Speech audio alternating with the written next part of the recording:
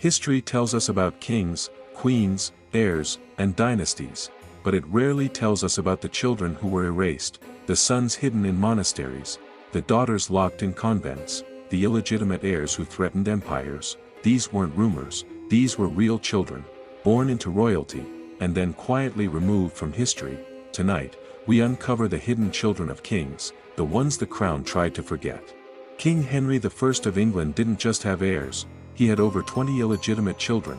In medieval Europe, kings often had mistresses, but Henry took it to another level. His secret sons were strategically placed in powerful positions, bishops, nobles, landowners. But here's the twist: when his only legitimate son drowned in the White Ship disaster in 1120, England faced a succession crisis. Suddenly, those illegitimate sons became dangerous, not because they were weak, but because they were strong. Some historians believe several of Henry's sons were quietly pushed aside, politically neutralized, or removed from succession conversations entirely. The crown chose chaos over recognizing them. History remembered the war, but it forgot the hidden princes. The Sun King, absolute ruler of France, a man who controlled everything, except scandal. Louis XIV had many mistresses, and many secret children. One of the most mysterious was a daughter rumored to have been hidden away to avoid court controversy. At Versailles, appearances were everything. An illegitimate daughter could threaten political marriages, alliances, and power balances.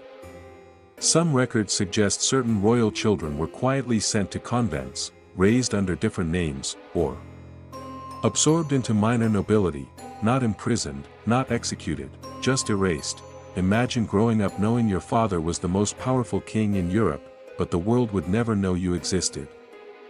Sometimes, hidden children weren't illegitimate, sometimes, they were too legitimate. In 1483, 2 boys disappeared inside the Tower of London.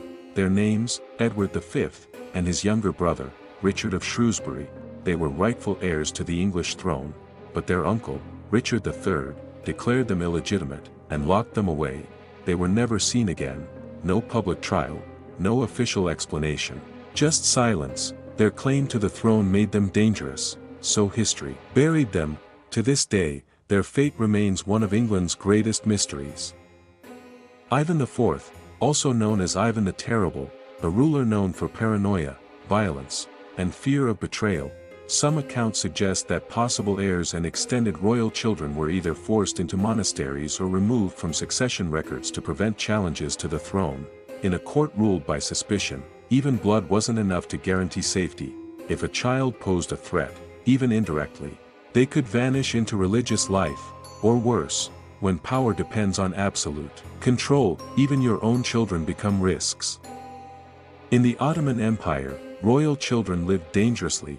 Suleiman the Magnificent had many sons, but in Ottoman tradition, succession wasn't peaceful.